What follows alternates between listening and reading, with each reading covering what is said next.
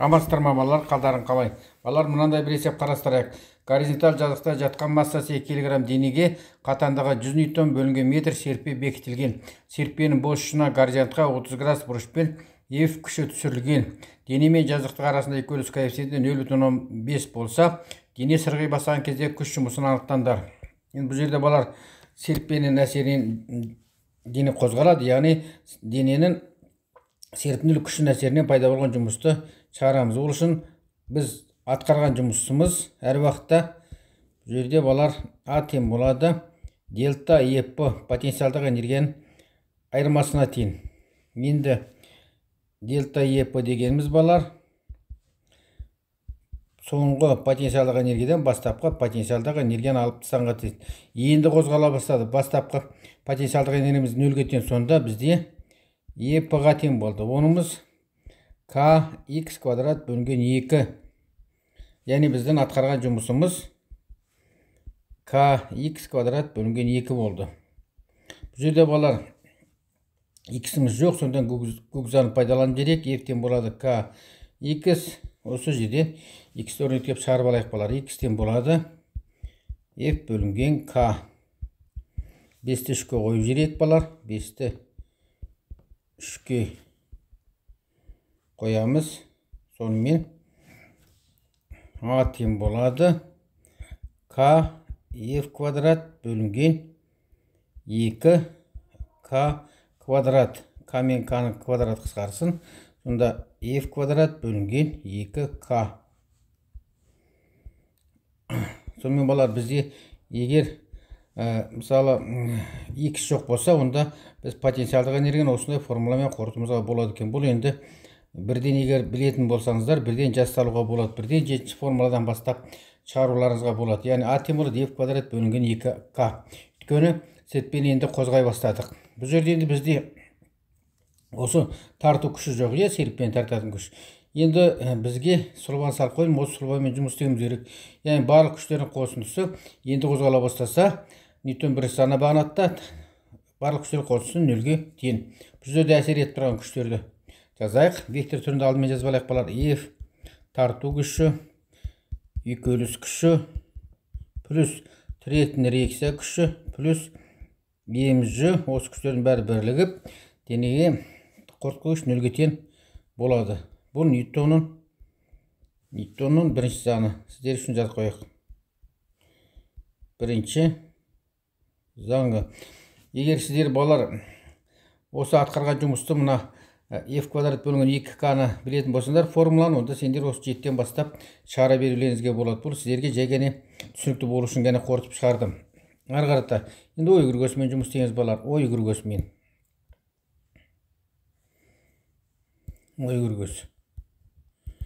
Ең плюс F тарту минус mg тең 0. F тарту y.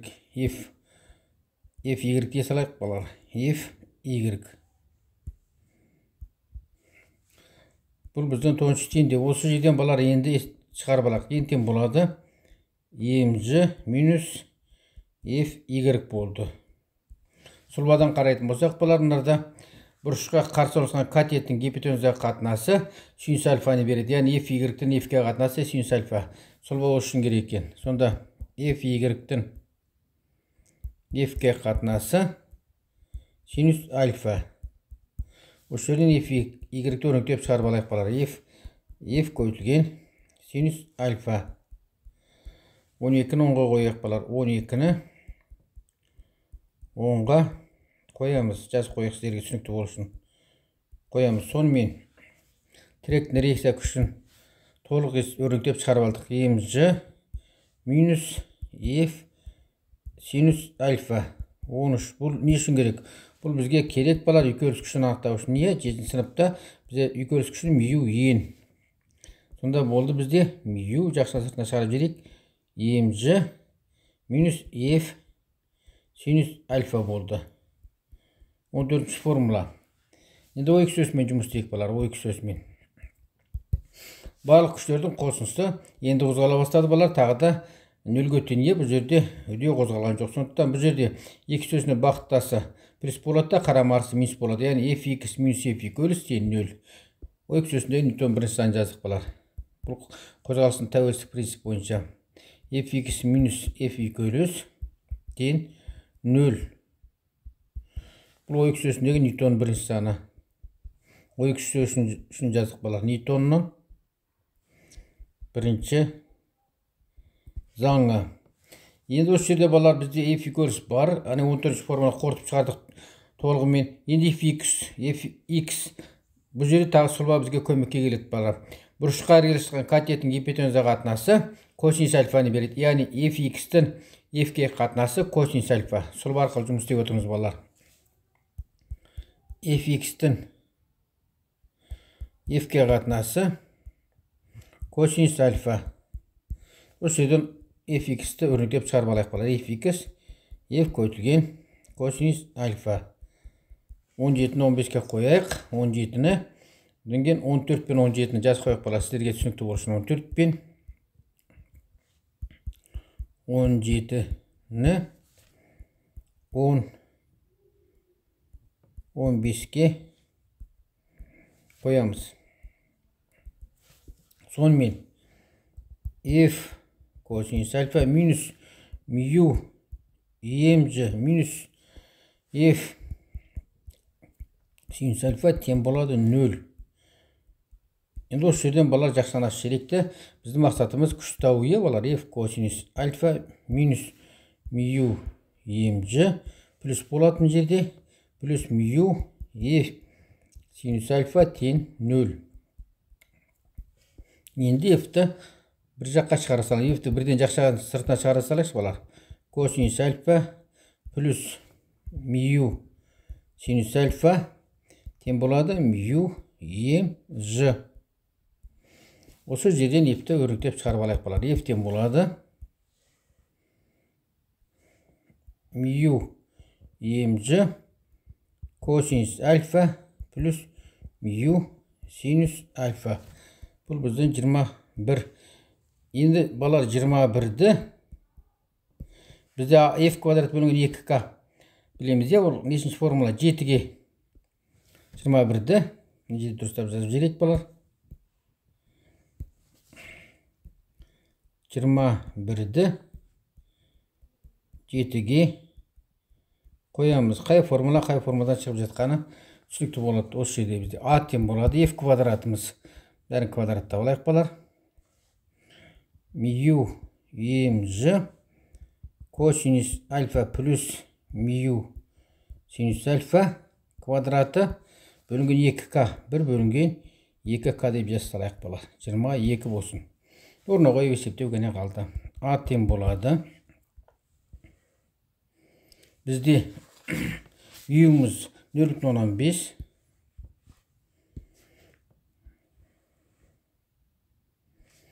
Бес оны минус 1 дәрежемен жазайық. Дәрежемен жазайық балар. Минус 1. Массамыз 2 килограмм. 10 ньютон бөлінген килограмм. Бөлінген косинус 30 градуста балар 0,86 әптен жаттап алғанбыз. 0,86 6 плюс мюміз 5 10 минус 1 дәрежесі көйтілген. Синус 30 градус 0,15 5 10 минус 1 дәрежесі.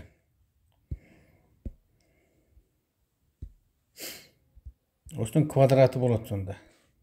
Тағы штамдап алайық балар. 1 бөлінген 2 көйтілген 10-2 дәрежесі ньютон бөлінген метр. Тең болады. Килограмм мен килограмм қысқарады. Арада квадрат бар. Сонда ньютон мен біреу қысқарады. Сонда ньютон көбейтілген метр бізде джоул болады екен. Бірлігі шықты. Жазып қойып қалады. Джоул. Мына жерде қысқартып жіберейік балар. Минус 1 мен қысқарсын. Сонда үстінде 10 қалды, 100 қалады. Сонда жазып қойын балар. 100 бен мына 100 қысқарсын. Сонда үстінде 1 ғана қалды. 1 бөлінген 0,25-ке 0,86 алтына мынасында тағы да 2 бар. Көбейту. Сонда 0,25-ке 0,86-на 0,25 қосу 0,86 6 1,116. Сонда мына жерде жақса керегі жоқ. Бізде не қалды? Көбейту 1,116 квадраты қалды.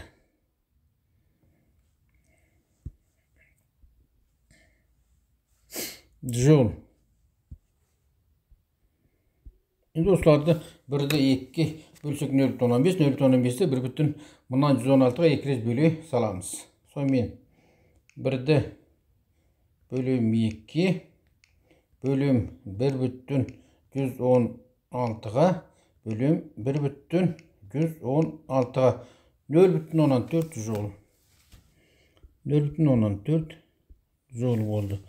Сонымен 0,14. Балалар біздің серіппе, біздің жүгіміз қозғалған жоқ. Масса секелерім дене қозғалған жоқ. Жайгені біз күш сүрген кезде енді сырғи бастады. Бұл жерде көріс күші тыныштығы көріс күші жұмыс істеп отыр. Осымен балалар сабағымыз аяқталды. Қош сау болыңыздар.